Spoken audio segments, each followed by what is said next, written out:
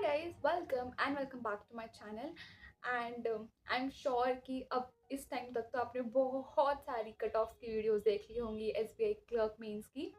ये expected cut of है, ये हुआ है, वो हुआ है, this and this and this and this and this.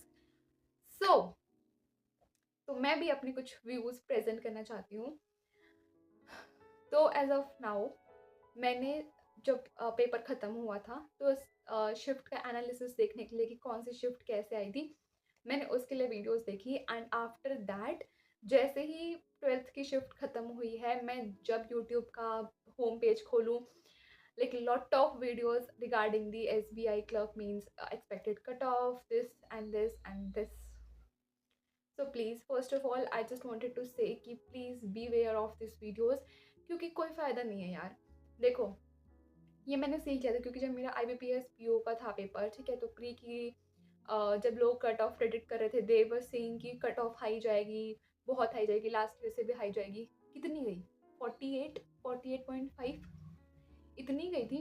And then फिर मेंस का आ गया, ठीक है, तो मेंस में भी कहा था कि डिफ़िकल्टी लेवल ज़्यादा था, 2 शिफ्ट में हुआ है, नॉर्मलाइज़ेशन हुआ, कट ऑफ कम जाएगी।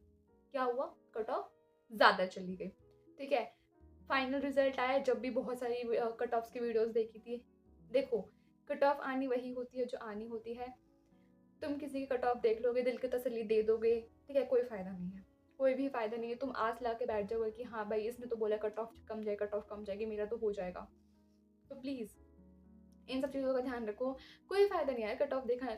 लोग कट ऑफ की वीडियोस बनाएंगे, ठीक है, अपने व्यूज़ लेंगे और चलते बनेंगे।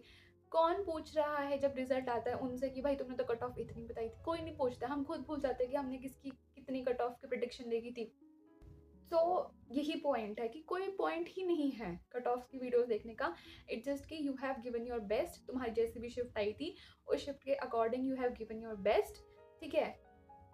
Let it go. हो चुका है वो, ठीक है। अब जब रिजल्ट आएगा, जब भी कट ऑफ आएंगी और जब भी पता चलेंगी। और एक बात और है, ठीक है, चलो पीओ की लोग किसी एक हद तक प्रिडिक्शन कर भी दें क्योंकि वो ऑल ओवर इंडिया आती है। How can somebody can even predict state wise cut of?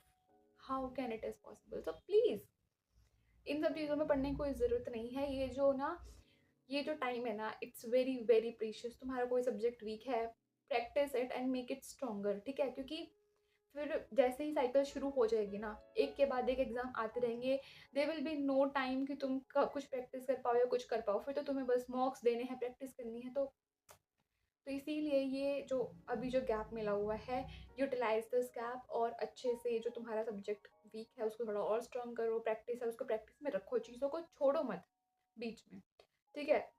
तो ये इस पूरे जो वीडियो है इसका मेन पॉइंट था। और जिसको कट ऑफ से रिगार्डिंग या जो भी वो देखने थे, ठीक है, तो यहीं तक थी वीडियो क्योंकि मेरा वही मेन पॉइंट था कि मुझे इतना ही बताना था, इतना ही कम्युनिकेट मुझे करना था। एंड अगर किसी को मेरे व्यूज़ जानने हैं कि कैसी कैसी शिफ्ट्स आई थी, क्या क्या हुआ था, तो आप बने रह सकते हैं, ठीक है। तो coming to the SBI clerk mains examination, 3 shifts में हुआ था। जो 10th हुई थी उसमें 2 शिफ्ट थी और जो 12th हुई थी उसमें सिर्फ 1 शिफ्ट थी। मेरा 3rd शिफ्ट में पेपर हुआ था, ठीक है। तो देखो, 4 सब्जेक्ट थे, जीए को हटा दो, ठीक है। अगर हम लोग 3 चीज़ें देखें, इंग्लिश, क्वांट और रीजनिंग, ठीक है, या तो 2 शिफ्ट की एट पार आई है या फिर 1 शिफ्ट की बढ़ा दी गई है। किसी ना किसी शिफ्ट में कोई ना कोई सब्जेक्ट ईज़ी किया गया है या फिर कोई 2 सब्जेक्ट हार्ड किए गए, मतलब ऐसा कुछ सीन रहा था। जैसे कि मान लो कि अगर हम लोग फर्स्ट शिफ्ट की बात करें तो उसमें लोग बोल रहे थे कि जो इंग्लिश थी वो थोड़ी-सी मॉडरेट साइड थी एज़ कम्पेरेटिव टू सेकंड और थर्ड शिफ्ट, ठीक है, मान लिया क्या, मतलब इट वाज़ ट्रू क्योंकि लोग जो फर्स्ट शिफ्ट में दे वर सेइंग, तो ठीक है। जो फर्स्ट शिफ्ट की जो इंग्लिश थी वो टफ आई थी। Coming to the second shift, GA को हटा के दे वर सेइंग कि रीजनिंग टफ थी। ओके, ठीक है।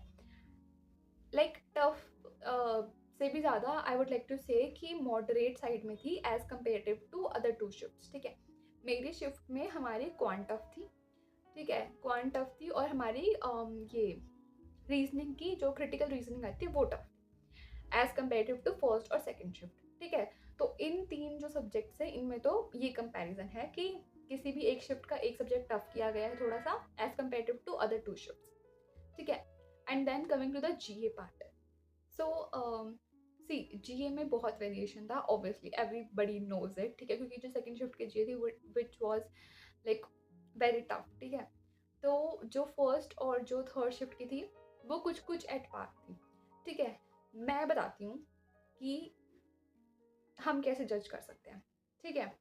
मैंने जो जीए पढ़ी थी वो मैंने लास्ट 4 मंथ्स की पढ़ी थी, that was December, January, February and March. एक बार मैंने पूरा रिवीजन किया था, ठीक है। और मैंने not on daily basis, not on weekly basis, मैंने मंथली बेसिस, ठीक है। तो मतलब मैंने इतना इन डेप्थ नहीं किया था। मैंने जब क्वेश्चंस देखे थे, ठीक है, फर्स्ट सेकेंड, और मेरी जैसे थर्ड शिफ्ट थी, तो मैंने जब फर्स्ट सेकेंड के जब मैंने क्वेश्चंस देखे थे, फर्स्ट शिफ्ट में I was able to do 17 question out of 50। Second shift में जो मुझे बिल्कुल एकदम कंफर्मेशन वाले थे, फर्स्ट में I was able to do 17, second में I was able to do like 5 और 6 क्वेश्चन। और जो मेरी शिफ्ट थी उसमें मैंने एक्यूरेट, तो मैं बोलूँ तो मुझे 7-8 क्वेश्चन नहीं आते थे एक्यूरेट। अब बताओ, ठीक है। जीए में यार देखो, मैं तुम्हें बताना चाहती हूँ, यू कांट प्रिडिक्ट। देखो मैं तुम्हें एक एग्जांपल देती हूँ, ठीक है। जब हमारी वाली शिफ्ट खत्म हुई थी, तो जब बच्चों ने क्वेश्चंस वगैरह भेजे थे, मैंने कपिल सर का एक सेशन देखा था, उन्होंने उसमें सारे क्वेश्चंस लिखे हुए थे, ठीक है। ऑलमोस्ट लाइक 40 या 45 या 48 कुछ क्वेश्चंस उन्होंने बताए थे, ठीक है। उसमें एक एक्सरसाइज सर ने बताई थी कि इस एक्सरसाइज से क्वेश्चन पूछा गया था। एंड क्योंकि सेकेंड शिफ्ट में कंबोडिया एक्सरसाइज पूछी गई थी और थर्ड शिफ्ट में हमारी में भी एक्सरसाइज पूछी गई थी, ठीक है। वो लाइक मल्टीलेटरल कंट्रीज में होती थी, लाइक 9 कंट्रीज उसमें पार्टिसिपेट करती थी। मुझे वो एक्सरसाइज का नाम याद नहीं आ रहा है। उस एक्सरसाइज से क्वेश्चन था, ठीक है। सर ने बोल दिया कि इस एक्सरसाइज से क्वेश्चन आया था, ये मैंने आपको पढ़ाया था, ये वो, ठीक है। डेफिनेटली सर ने पढ़ाया था, ठीक है। और उससे क्वेश्चन आया था कि ये और इंडिया की कौन सी वो गई थी, ठीक है, वो सब कुछ था। बट द एग्जैक्ट जो क्वेश्चन था ना, वो क्वेश्चन ये था, उस क्वेश्चन में 4 ऑप्शंस दिए गए थे कि इस कंट्री की नेवी थी, लाइक मलेशियन नेवी या फिर रशियन नेवी या फिर ऐसे ऐसे करके 4 नेवीज दी हुई थी। एंड उन्होंने पूछा था कि जो इस एक्सरसाइज में 9 कंट्रीज है, बट उसके आगे जब 9 कंट्रीज पार्टिसिपेट कर रही है, तो तुम 9 के 9 कैसे नाम याद करोगे? 2 हो 4 हो तो तब भी बच्चा कर लेता है कि चलो इन कंट्री ने पार्टिसिपेट किया था। और उनमें से 4 ऑप्शंस में से तुम्हें चूज करना था कि इनमें से कौन कौन सी कंट्रीज थी, और ऑप्शंस में भी ऐसे था लाइक ओनली 1 एंड 2, ओनली 3। तो एग्जैक्ट क्वेश्चन ये था। अब इसमें तुम क्या कर सकते हो, ठीक है। मैंने भी पढ़ा था कि इंडिया का क्या पार्टिसिपेट किया, कहाँ ये हुई थी, किसने होस्ट किया था, कितने दिन चली थी, कौन सा एडिशन था, सब कुछ पढ़ा था मैंने कि 9 कंट्रीज पार्टिसिपेट कर रही है। बट अब मैंने 9 कंट्रीज के नाम लिस्ट बना के नहीं याद किए थे, ठीक है। तो I wasn't able to do that question. तो वही चीज़ होती है यार, तुमने पढ़ा होता है, तुम नहीं कर पाते हो, ठीक है। और जब एनालिसिस आता है ना, और फिर जब बच्चे बोलते हैं कि हाँ ये तो पढ़ा हुआ था, ये तो बहुत ईजी था तुम्हारी शिफ्ट का, you know the topic only, but उसका क्वेश्चन एग्जैक्टली पूछा क्या गया था वो नहीं पता। तो on that basis you can't जज। मैं ऐसा नहीं बोल रही हूँ कि सिर्फ ये मेरी शिफ्ट की बात है, तुम अगर फर्स्ट शिफ्ट भी मे भी उठा के देखोगे तो उसमें भी ऐसे बहुत सारे क्वेश्चंस होंगे कि वो टॉपिक पढ़ाए हुए होंगे, बट जो वहाँ क्वेश्चंस पूछे गए हैं वो तुम आंसर नहीं कर पाए होंगे।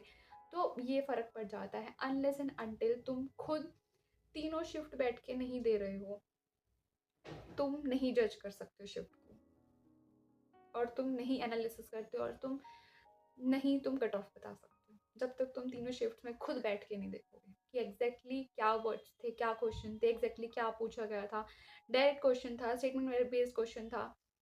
You can't predict. So please I request कि ये सारे वीडियोस देखने का कोई फ़ायदा नहीं है। कौन सी शिफ्ट कैसी थी, कैसी नहीं थी, मेरी इजी थी, मेरी हार्ड थी, कोई फ़ायदा नहीं है, ठीक है।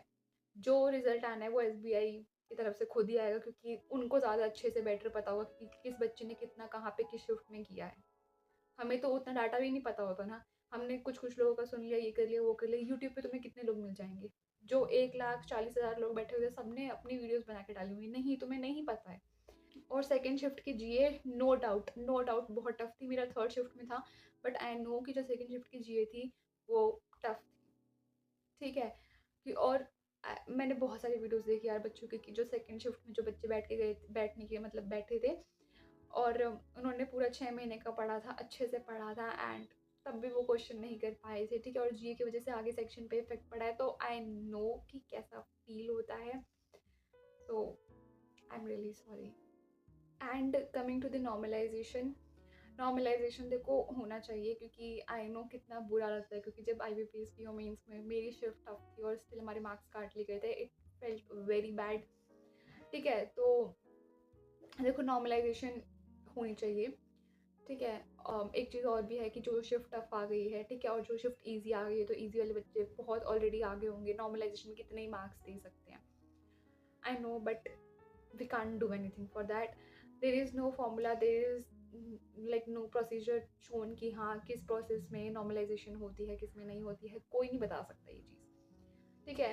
तो यार थोड़ा देखो लक फैक्टर भी इसमें है, क्योंकि तुम्हारी किस शिफ्ट में आ रहा है, किस दिन आ रहा है, that's not in your hands.